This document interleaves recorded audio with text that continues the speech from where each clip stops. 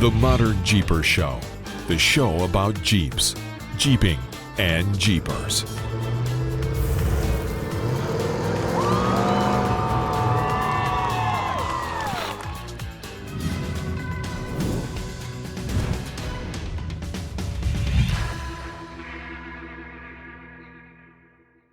Well, hey, Modern Jeepers, it's another episode of the ModernJeeper Show with me, Mattson from MetalCloak, and Mr. Modern Jeeper, Corey Osborne. Hey, buddy. Hey, Rockstar Jeep Girl, Jesse. Hello, Mattson. How are you? I'm good. I see you wearing the shirt from last week. Yeah, it's comfy. Yeah. Everybody loves our t-shirts, so. People don't expect, I think you're right. People don't expect that we're giving away a quality t-shirt. And these aren't cheap. Like, we're not going out and going to say, hey, China, send me like 500 cheap $3 t-shirts so that we can give away. I mean, these shirts cost, anywhere from $12 to $18 a piece when they're all printed, right? That we're giving away to people because we want you to wear them, right? We want you to enjoy the shirt and actually wear them and take them out and be a part of, Well, it was interesting at EJS, of course. I mean, we had a lot of people who were like, well, can we buy some shirts? And we're like, well, we're going to give you a shirt. And they were really blown away. It's like, what? Because no one's giving away t-shirts anymore like they used to back in the day. No, Nobody is. Well, we're going to up our game. We're going to do more shirts. I already have the delivery of shirts here for Jeep Beach. I got to check them out. I love the colors, by the way. Cool. We get that shipped out to you guys for Jeep Beach, which is I'm like, when do you hit the road? Like, like tomorrow or something? Like when you just got back?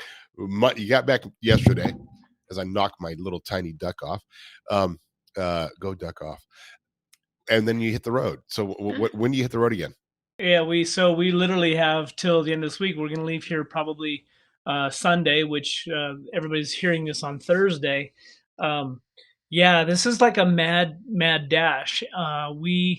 It's our own creation. We have focused this year on doing more of the CTI events and jobber stops and that kind of thing. We did 250 CTI tests in Moab in 24 hours that we were open. I want to see somebody come do that. Yes. Yeah.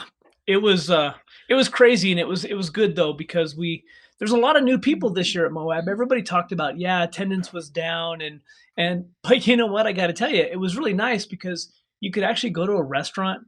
You could actually find a seat. You didn't have to wait in huge lines. But the places that we love and we enjoy, Dewey's, Moab Diner, and Pasta J's. There's always lines at those three places, but I think that this year's Moab event was definitely different. I think that there's a lot of people who are hesitant. Even, I'm going to say it, it's been a couple of years since we've gone through the COVID thing, but I feel like Easter Jeep Safari is still in that recovery mode. Mm-hmm. The vendor show, man, we heard some stories. I talked to a couple manufacturers. We went out there one morning when we set up when John and Scott and Mike were setting up the booth out there. So I went out and talked to a couple manufacturers about their thoughts, because there was a lot of open space outside. And it turns out Red Rock is charging quite a bit of money. And so I think between that and the weather this year, I think folks are hesitant still. So I don't know. I know the trails were busy. I know that there was a lot of people out wheeling and getting their fill in. But I felt like this year was a lot of manufacturers. Again, this is one of those events where the manufacturers are coming to get their wheeling in, their content in. They're not there to really, a lot of them do work, but they're working that 2-day vendor show, but they're there for a week. A lot of people showed up a week prior too. A ton of folks did, just to get their wheeling in, get their content in, and leave. Yeah. So you say that you keep saying the content. And it's kind of interesting because I think, many of these vendors are probably realizing what we realized a long time ago, is that just going and sitting in a booth doesn't do it. I mean, we obviously support Red Rock and we support that, and we'll have a booth out there, and John and Scott were out at the booth. But they said it was slow compared to previous years. But if it wasn't for what you do with the CTI trailer, we probably wouldn't be there at all, because unless we were going there to gather content. Why do you gather content? You gather content to get more hits and to more clicks, because you want people to think you're cool and popular and want to follow you and check out your site. So it is interesting that would say. Now, what about these other shows that were going on, like the area BFE thing? Was that happening? There were a lot more than just BFE too. Well, and I, we had talked to a couple of other manufacturers who were set up along kind of like what we do. Mm-hmm. And even some of our marketing partners had done that, kind of setting up outside of the show so that they could be there and have a presence all week long rather than just the 2 days of the vendor show. I didn't talk to anybody. I had mentioned that Robert and the guys out at Area BFE were having a small vendor gathering, but nobody really seemed to be like, at least the folks I talked to, they were kind of like, we didn't really go out there. We don't know. So I know that there were people out there. I don't know who they are, just because we didn't get a chance to go out there. But you hit on a very good point, that we, running the CTI trailer, and everybody knows we're always busy. And it's funny to me that, the vendor show, especially I heard on Friday late afternoon, was, kind of dead. And usually we see a little lull in the CTI trailer because people are going out there for the giveaways. Now, I did run into a couple people who said, oh, they gave away all kinds, and people were walking out of there with bags and boxes and gift certificates, and that's great, but that's not the reason to go to an event. And Matson, you and I have talked about this in the past. It's something that JJUSA used to do, and it used to bug me, because people would go to an event and not necessarily even go out on the trails. They'd go so they'd get a raffle ticket because they were pretty certain they were going to win something. And that kind of rubs me a little bit wrong, because people should be going to go wheeling, not because they should win something. I think that going and getting on the CTI trailer is, people see that as a real value, and it's something that we can help them with. And it doesn't really cost them anything. But we had a line.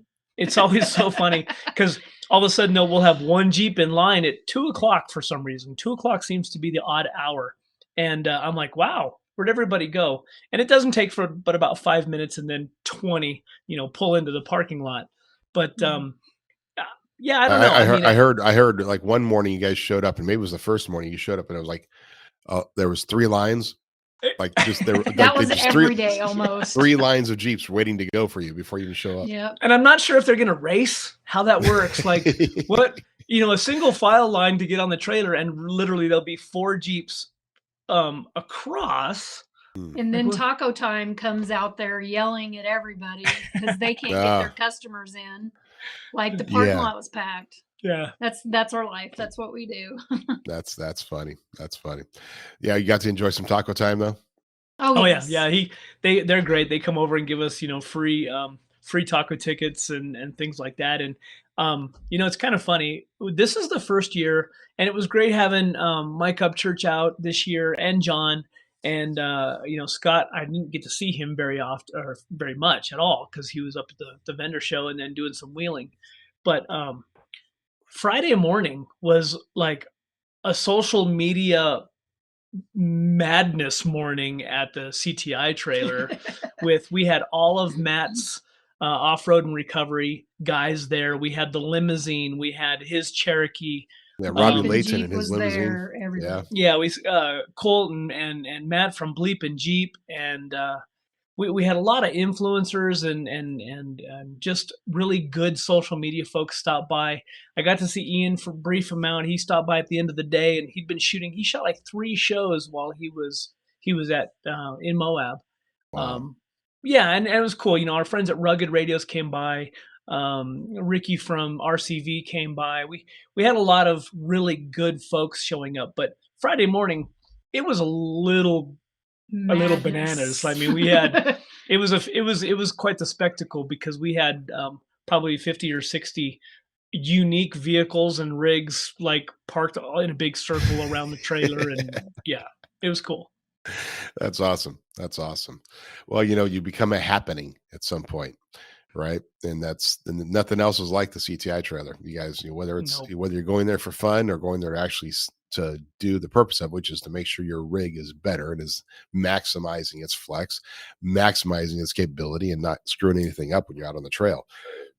It's still an awesome experience. You know, half the time you get it. With the number you guys did, that's just incredible. That's like an average of what, 6 minutes? A little over 6 minutes a rig, I think. And you know, we've kind of gone back and forth over the years. And at some events, I try to slow things down if there's people that need help. And we've talked about this. And it's hard if there's a line of rigs. We want to make sure we get everybody on there. And if we slow it down too much and we take a lot of time, then a lot of people may not get on the trailer. So there's that fine balance in there. And I think we did a really good job this year of, at the end of the day, it was the end of the day, and people were grateful. They were respectful. You know, I think because of our limitations this year, width-wise, length-wise, I think we only turned away like 4 or 5 people, if that, in the whole week. So tons of gladiators, tons of overlanding rigs this year. Lots of gladiators this year. Wow. Lots. Interesting. And pretty much and I all really of them enjoyed that there weren't on 40s and 42s all the time. So I mean, pretty much all the gladiators like overland decked out. Oh yeah, pretty fully much loaded. Maybe 1 or 2 that were set up for more rock crawling stuff, but a lot of them with racks and tents and all the gear. And I mean, even Casey 250 and Sean from the Story Till Now showed up, and his rig is, I mean, Casey's rig is heavy, and with the Demon motor in it and all of his gear, that thing's got to be well over 8,000 pounds. Well, and the 5, was it 5 massive fuel cans he's got in the back or whatever it is? Yeah. Well, that's just because of the way Casey drives. Really? I'm sure he has to have new tires when he gets back. Funny. Yeah. Well, when you got it, you got it. When you got it, yeah, right. You can't just ignore it. I mean, it's pretty cool for sure. Wow. Well, very cool. Awesome. Well, again, it was fun. I'm glad you guys enjoyed it. It was good seeing all the little social media stuff pop up, and just was another great EJS in the books. But now you guys move on to, like, when do you hit the road again to go to Jeep Beach? So we'll hit the road actually this Sunday. So we have a handful of more working weekdays, where people are actually open as we try to run around and get stuff done before we're gone. And then we have a stop in Denver on Monday, Topeka, Kansas on Wednesday, Olathe, Kansas Thursday, Tennessee on Friday or on Saturday. We're going to stop by the Moore Expo and say hi to some folks and see what it's about. And then we're heading to Memphis. So then we'll be in Jeep Beach at Jeep Beach in Daytona area like a week from Monday, I think. And then it starts all back up. We won't be back home for about 5 weeks on this first stint. And then, thank goodness we got people around here and folks that'll be at the house and whatnot. So, it's going to be we have vehicles staged, all of our prep work, staging, everything, because we're flying, because we do not have any time. Yeah, so for the Moab adventure, Jesse and I we've actually left the LJ is still with Jeremy over at Outlaw in Moab. A lot of our gear that we'll need for that event, I left that in Moab. Trying to figure out like how much stuff we need to take for that kind of a duration. It's a little different this time, and we're pretty good at packing and planning, but this time there's a lot of moving pieces. We have the Artemis Rally coming up after our Moab adventure. So we'll fly back to Florida. Jesse will compete in the Artemis Rally. And I'm like, where are we? Yeah. What are we doing? Yeah. Yeah. Back and forth and back and forth. Wow. Yeah. So when the Artemis Rally is when? June 1st through the 4th. Yeah. June 1st to the 4th. Wow. And for those who haven't seen, like, you got a whole new wrap on this thing, and it looks amazing. I got a pretty amazing wrap. There's some things this week they've got to button up on because we were really pressed for time and they were squeezing Jeremy's rig in. I helped get that out the door for him so he could have it. And so there were some few things that we didn't get done because it was squished for time. So it's going back in this week to get the rest of it buttoned up, and then we'll have all the safety equipment and all the things we need geared up, packed up, ready to go to the Artemis Rally, because Funshine is staying in Florida after we have to fly back. So yeah, logistically, it's going to be mad dash. So, Yeah. but yeah, the wrap turned out great. I had a few ideas. You helped me as well as getting some of those ideas on paper. I have this vision in my head, and Angel made it come to life for me, and it's an amazing, eye-catching. I really enjoy it. It makes me feel proud to be in my Jeep, and it represents, Jesse Combs, the foundation, as well as for strong women everywhere. So I think I hopefully brought that out. It got a lot of attention, a lot of people taking pictures of it. And I'm sure. I haven't revealed it yet because I wanted everybody to get a chance to see it instead of just on video. Yeah. Yeah. No, yeah. Well, when you guys are watching, you're listening, and our listeners, pay attention. Follow Jessie on Instagram, and when she shows it off, because it's pretty amazing. It's pretty amazing. It's probably one of the best designs I've seen in a long time, and it definitely does represent. So that's cool. That's cool. And of course, you had a little chance to go out wheeling with it, and that was Actually, I did not. You didn't? Oh, you didn't take it out? She took her JK. Yeah. Top of the world, you just need skids. I feel more comfortable because you slide off a lot of rocks. The top of the world has gotten. Really, if you're on 35s, you better have skids because the ledges and the trail is so tore up. You need it. So I didn't want to run into trees or anything. So I took Rockstar, and Jenna is Will Perriman's girlfriend. She went with me. We went on the Niddo's all women's run up to top of the world, and we had Lauren Healy, Bailey Campbell, Pam Hall, the Currys were there. Everybody showed up. A lot of influencers. This was the all women's run, but Lauren Healy showed up. Well, was it his name that he like? He had his daughter driving, but he had the fun have her up there. I just thought it might just a little confusion with his name. Right. I was kind of concerned because I'm thinking, is this the Easter Bronco Safari? Yeah. There are a lot of Broncos running around town too. I bet. Yeah. It is kind of funny. Like they how much the Broncos just assume, well, we're welcome, right? Right. And we know a couple of years ago there was a big blow up between the FCA guys and the Bronco guys because they came out to just take over. It's like, dude, it isn't. You're a wannabe Jeep. I mean, listen, I love our Bronco guys, but we all know that the Bronco's limitations, and more companies are working on that. We are too. Like, we're working on fixing those limitations. But even you talk to somebody like Lauren about some of these limitations, like, well, you fix this and you have to fix that, and you fix that, you have to fix. It's just that there's this chain link of problems within the system. Now, that being said, did they have, you went and saw the concept rigs, and we'll put together the video for all of our listeners. Corey and Jesse and the crew, they went around and took a bunch of videos of the concept rigs, and we will put that video together, and that should be live by the time you're hearing this. So if that's live, we'll make sure it's in the show notes. You can see it at youtube.com/ModernJeeper. But did you see did you see like the 2024 JL Wrangler? Like did they have something like that on display? When they unveiled it, we were actually running the trailer, so we didn't get to go down there. We've seen some images of the screen that is more of a horizontal instead of a vertical length of screen. The concepts this year were, again, the Jeep folks do such a great job, and their creativity is just amazing. I mean, they had the old Grand Cherokee that was on a 4xe chassis, as 1978 body on a brand new 4xe chassis, and a lot of those little subtle touches that were really cool. My disappointment was the Grand Wagoneer. They had an overlanding rig set up, the Grand Wagoneer, and it had the Hurricane motor in it, or at least that's what it said. And that's the 3-liter twin turbo straight six. Right? I asked them if they would open the hood, and they said no. No. Yeah.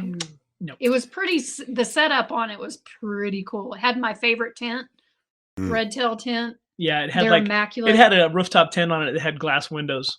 So it's my favorite tent, but it's pretty penny, and it's carbon fiber. So yeah. Wow. Yeah, no, it's kind of funny. I've seen more and more notifications that we may never even see this hurricane motor. That's like, right. This is an interesting discussion topic for like an entire show, but that's like, yeah, big deal. That's cool. We're going back to straight six. Okay, that's cool. That's cool. Where is it? And now the scuttlebutt is we may never see it. Like, may not ever go into a production vehicle. Yeah, and that's disappointing. Again, it's the electrification that is the way of our future. And as much as I did hear lots of talk about the 392. That, yep, probably one more year, and then that'll be that. I still think that, I don't know, there's such a demand. And of course, we saw a lot of 392s. Lots. And one of the things that came up, and I really didn't have a grasp of it in my head, was we had a lot of 392s with our lift kits on it, with MetalCloak 3.5-inch game changer lifts. And the numbers are higher than a standard JL. And I kept thinking in my mind, what am I missing? Why are the numbers so different on the 392? That 392, and Manson, this, they're all of their suspension geometry is all dropped down a little lower. It's an inch lower. That's why the 392 sits a little higher as a stock vehicle. So all of a sudden I started looking a little bit closer, and I'm like, yeah, those coil spring buckets in the front they're an inch lower than they are in the JL. So they get a little bit more suspension lift and a little bit more ability to twist up when it's on the CTI trailer. And I had to kind of get my head around that going. And which is why, we've had a lot of comments about the DB3 brackets in the rear and how come they don't work on the frame of the 392, because it's a different frame back there. There's a different bend there. And all of those things, I kind of went, huh, yeah, that's pretty cool. I mean, Jeep was really thinking when they developed that rig. Yeah, definitely. They had to do a lot of work on it to make sure it worked the way they wanted it to, right? I mean, here you think that was probably one of the reasons why they were reluctant to put a V8 into a Jeep. I mean, for the JK owners, we were asking year after year after year, come on, man, come on, look, we're doing it. People are doing it themselves. How come you can't do it, right? So it was nice to see it, but they had to do so much more to make it work, to meet their needs and their specifications, right?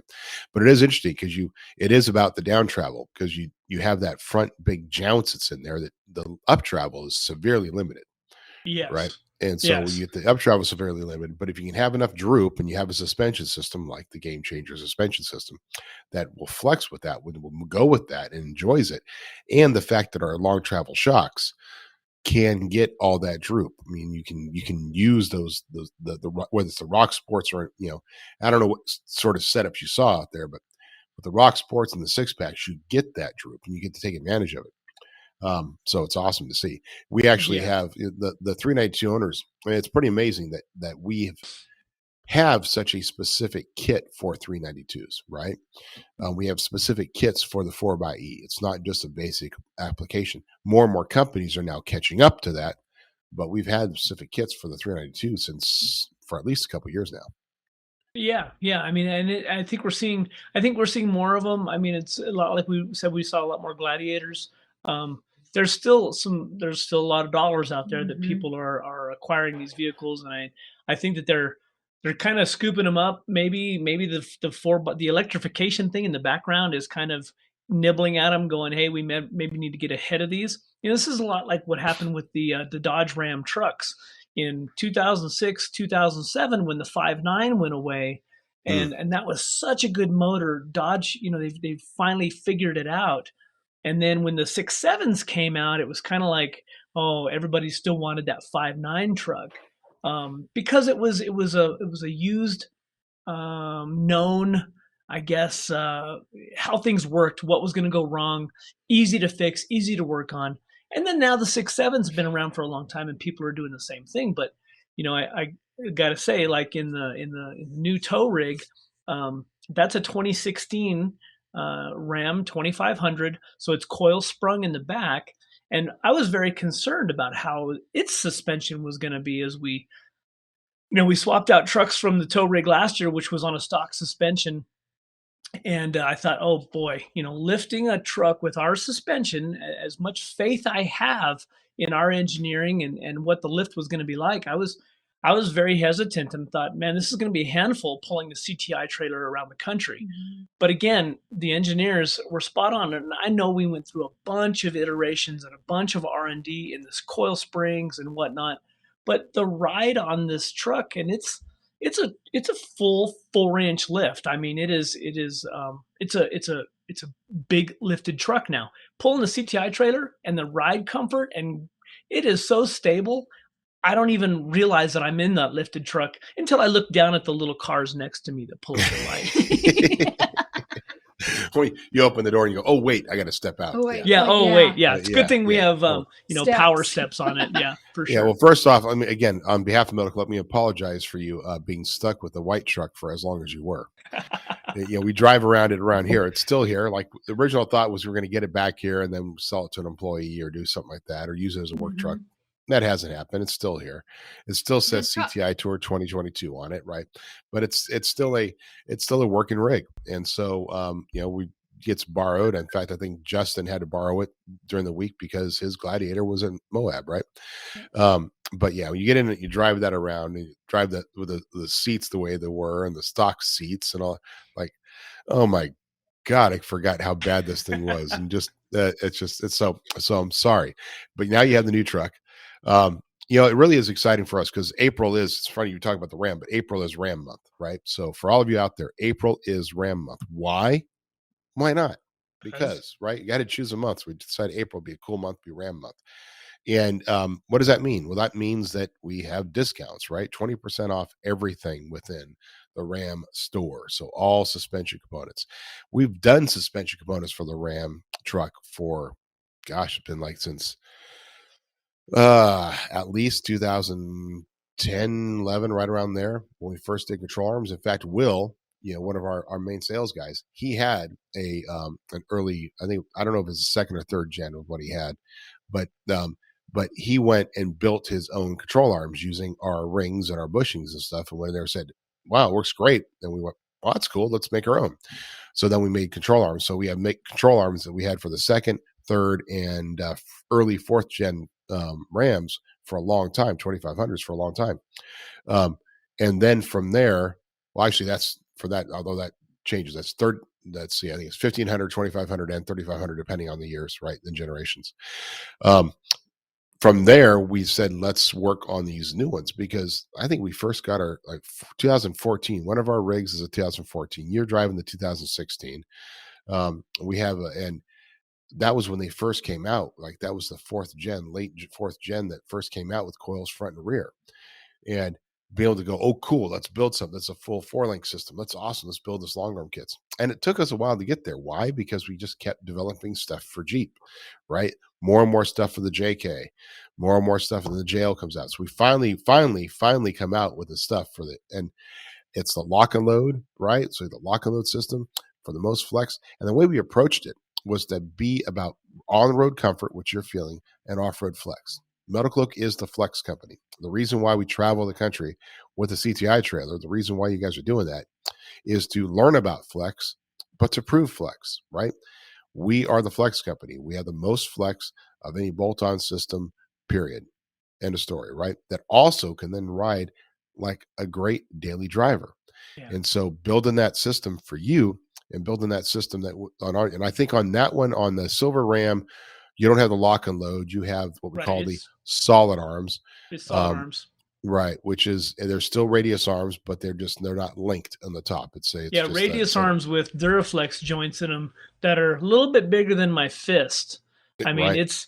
We made a stop when we came back from Death Valley at Sin City Diesel, our friends up there in Las Vegas, and I had him come out. They kind of took a look at the lift, and because I wanted them to see it, and it's pretty impressive. The radius arms are massive. And for a truck, they've got to be a little bit different. There's a lot of different weight factors that come into play and ability, durability, heavy dutiness of that truck. And that's why I was kind of hesitant. I'm like, man, this thing's going to be a little interesting as I'm driving down the highway because we are a flex company. And it turns out it's super solid, super stable on the road. And I load that thing up. We fill that truck. So it does have airbags in the back, but the coil springs, I'm not bottoming this thing out. And even with a receiver drop hitch on it for the CTI trailer, which I had to drop the hitch right around 8-9 inches. So we got an adjustable receiver on there to keep everything level. But the ride, whether I'm pulling or if I'm even empty, I'm like, wow, this is actually really comfortable. Not just because of the seats, but because of the ride as well. The seats have something to do with it, I'm sure. Seats maybe have a little bit of play. But it's interesting because that we actually have now. We didn't have it when we did that, but we have actually max tow package, which means that if you choose one of our kits, you can also get you can run the stock rear coils, but with a spacer. So you have, for those that are out there specifically using it for towing or for capacity and want to have that, because ultimately when you're creating a system that's about a flexiness, it isn't necessarily mean, like you said, you got airbags in the back, which is an easy way to do it. Airbags can limit your ability to flex, right? Yeah. But they definitely solve the problem when you're trying to have a little bit of additional capacity back there. But if you have if the max tow package now uses the stock rear coils with a spacer, so you get all the strength of that, so you will still have the same capacity in your bed or tow capacity. So it's a great, but it's Ram month. It's which means that if you want some gold into your Ram truck, it's the time to do it. If you want to go to a jobber, Ram suspensions are a little bit harder to do than a JK suspension or a JL suspension. So all of our jobbers across the country have deep discounts, and they can apply those discounts to you. So it's not one of these cases where the 20% off is only for MetalCloak.com. You can actually go to your local jobber and job shop and say, hey, I want to get a MetalCloak kit on my Ram truck, April only, and they can match our pricing or even do deeper discounts, because there is no MAP pricing rules during this month. It's all about, listen, let's be frank. We're known in the JL market. We're known. Hell, we're even known in the Bronco market, because a lot of Bronco owners are former JK owners, right? We're known in these. We're still building our reputation in the Ram market. Now you can presume that if you, like you and I mean, we're all the same here, right? Like, we're FCA. It just happens to be our truck is FCA, right? My minivan's FCA, my Jeep, right? We're all FCA. And if you have, but without that, like, most people are kind of that way. And I think there are a lot of people that are still that way. A lot of people are FCA. And so the Jeep owners have a Ram truck. Ram trucks are more expensive than some others. So maybe you do have a Ford, maybe you do have that's fine. I totally get it. But if you have a Ram truck and you're looking at doing anything, this is the month to do it, right? This is the month to do it. And just give our suspension systems a try. And here's the reality of anything you buy in MetalCloak. You get something on MetalCloak, you put it on your rig, and if it doesn't work out for you, you give us a call. We take care of it. Simple, right? So give us a try. There you go. Perfect. Yeah. End of my pitch. So I mean, we talked a little bit about Artemis Rally. I'm insanely curious. What do you actually do? Like, do you have any idea what the game plan is? Not a whole lot. He hasn't put a whole lot of information out, except for little challenges we may come to do. It's different than Rebel. We get to use devices for our mapping, our GPS. We get to have those functions. There's going to be canoeing. There's going to be gun shooting. There's going to be axe throwing. Wow. There's they have to shoot a recurve bow. So there's all kinds of little challenges from the way we understand it along this course. And we'll be camping every night. Wow. Yeah. So is there a camping challenge? Like, first to set up, first to, I don't know. who can make a deep dish, casserole. Yeah, I don't know. He's been pretty limited. I've asked for specific information on weights and stuff for the bow and the axe throwing, and that's changed a few times. But this week we're going to go. I want to get a recurve bow. I've always wanted to learn anyway. So why not? That's going to be one of my weakest links. So why not get a handle on it before I go a little bit? and get a little bit of knowledge on it. So Yeah, Sure. shooting a recurve bow is completely different than a compound bow Oh, because yeah. it's a continuous draw weight. So, I mean, I think he's incorporating a lot of really neat aspects to that adventure style of a competition. A lot like the Rebel, where they have to, they have to meet certain checkpoints and do that kind of stuff. And I think that's a lot about what this will be, driving and carrying and a big canoe with the a entire time. canoe on top of the Jeep. That'll be a little bit interesting in a forest. So. Wow. Very cool. So how are you guys camping? Are you guys doing the tent? They're Or you like, providing us a tent for me and oh, Alicia, so we have to sleep in a tent separate. I don't know how they're doing it, but we have dinners, breakfasts, it's all catered. so We don't have it's to all worry about all catered. that. It's catered, and you and they have so you just show up. That's cool. It doesn't have to. You don't stress about that part then. Right. You just got to show up. Food's there. You're taken care of. You have a tent. You go to sleep. You get up. You go. Nice. Yep. Nice. Well, that's cool.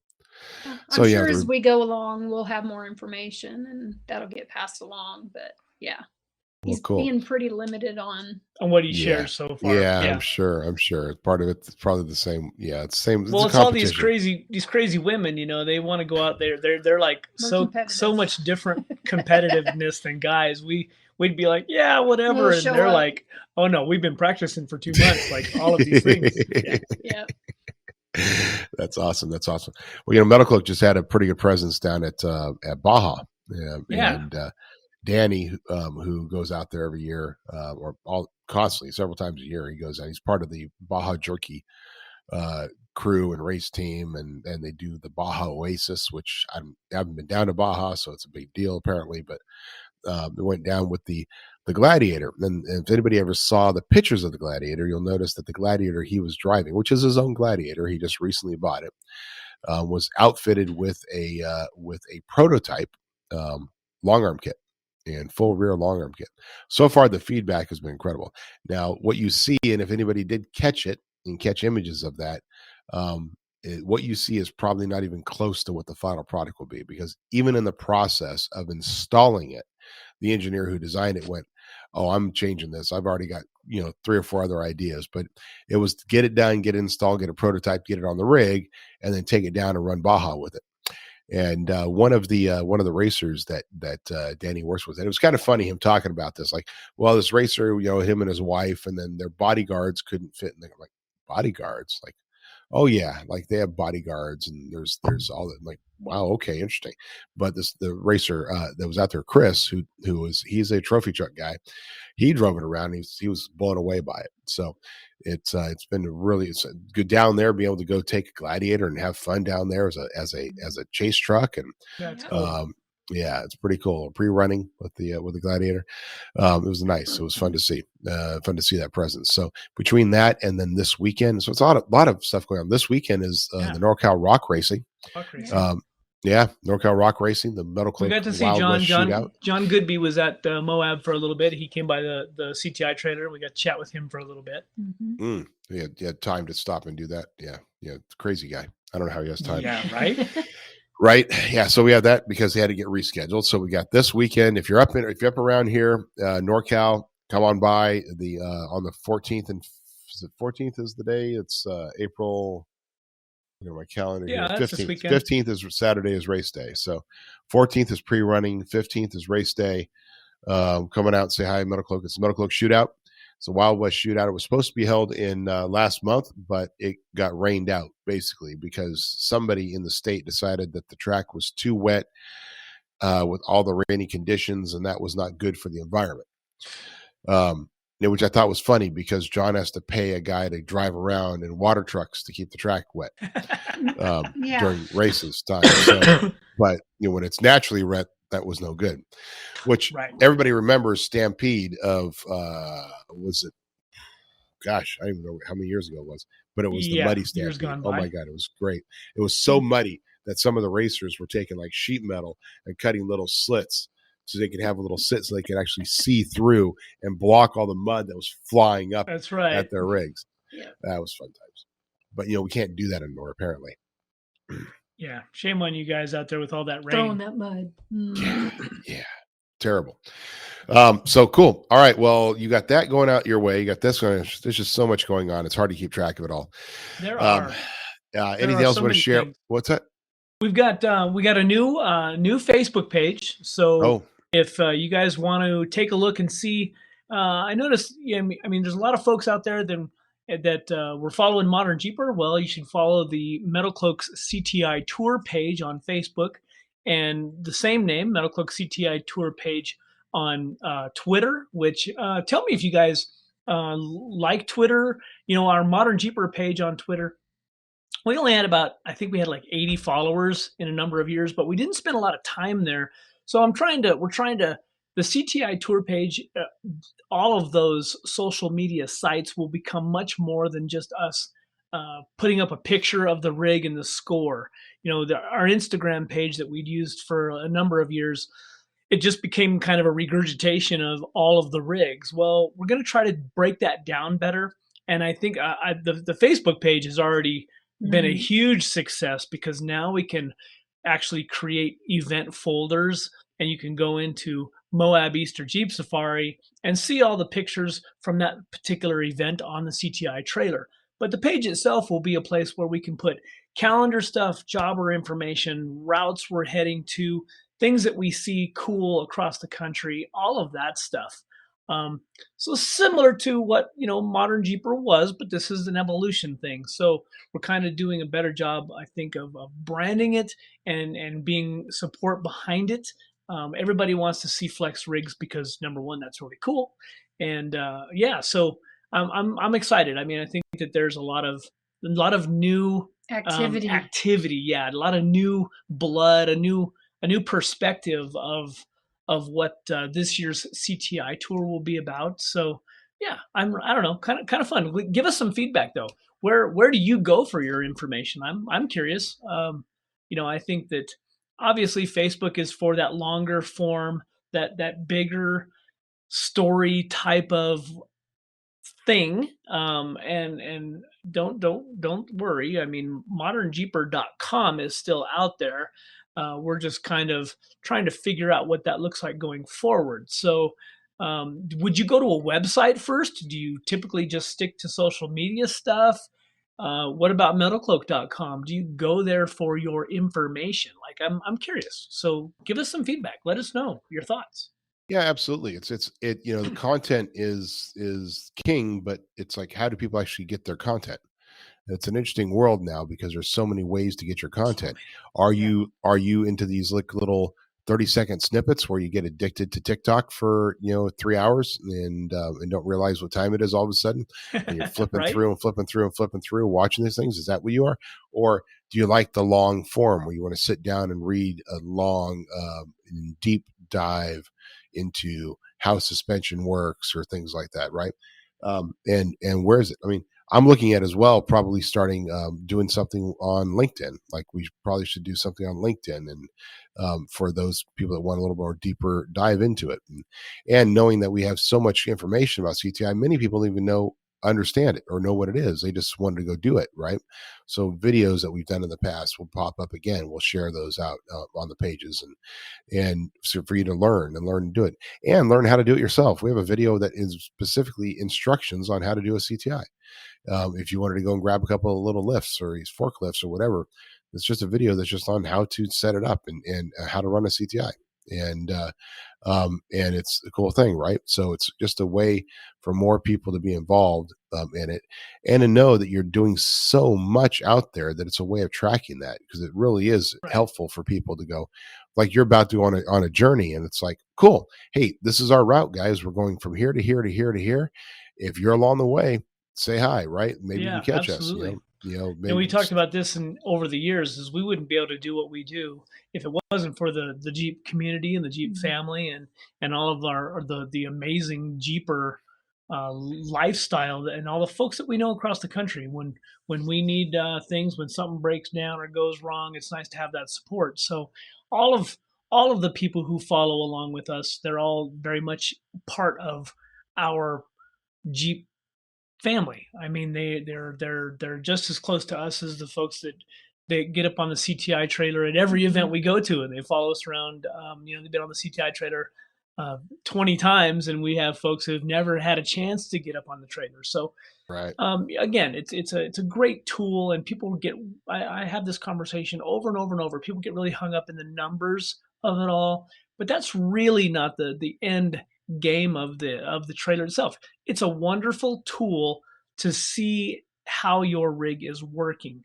And I get it. Some of these big events, we may not necessarily have the time to spend with you if you have additional questions.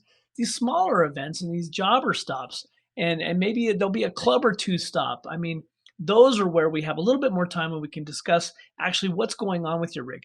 I don't know how many times people get up there and I show them a couple of things and they go, that's that sound I've heard on my Jeep for 4 years and we've never been able to find it. It's those they're like, this was so worth it for that one little tidbit. Like, oh, well, that's what's hitting. So yeah, that's what it's about. And helping Jeepers be Jeepers is the name of the game. Yeah, definitely.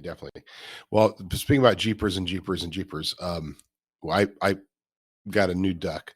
And this was thanks to our friend, a big duck, Allison Parliament, who was on our episode a couple of weeks ago, came by and dropped this off. And I wasn't there, but she signed it and said Moab, and then her name, Allison Parliament 2023, and miles 111,775, which I'm not sure what that refers to, but she wrote that down, miles. So maybe that's miles on her rig or something. Nice Jeep, Duck Jeep, hashtag. And of course, she drew a little Jeep in the front, the grill. So yeah, so when I said that, hey, come on by and drop off a Jeep, well, like this was pretty impressive.